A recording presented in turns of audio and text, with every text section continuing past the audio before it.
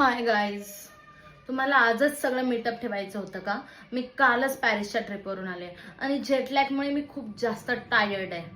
By the way guys, see this is my new bag. This is a Dior bag. तुम्हाला माहिती, आमच्या 6th ॲनिव्हर्सरीला माझ्या हजबंडनी मला एक गिफ्ट दिली. प्राईस जर सांगितलं ना तुम्हाला चक्कर येईल. Nice bag. By the way, तुझ्या गालाला काय झालंय ग? खूप लाल दिसतो. जास्त लागला असेल. हो यार, आपण लहानपणी किती मज्जा करायचो ना. मला आत्ता पण आठवतात त्या सगळ्या गोष्टी. वाव, तुझा चष्मा छान आहे ग. कुठून घेतलायस तू? हे प्राडा आहेत. प्राडा नाव ऐकलंय ना? खूप एक्सपेन्सिव्ह स्पेक्स आहेत हे. त्यांनी मला घेऊन दिलेत चांगलं दिसण्यासाठी.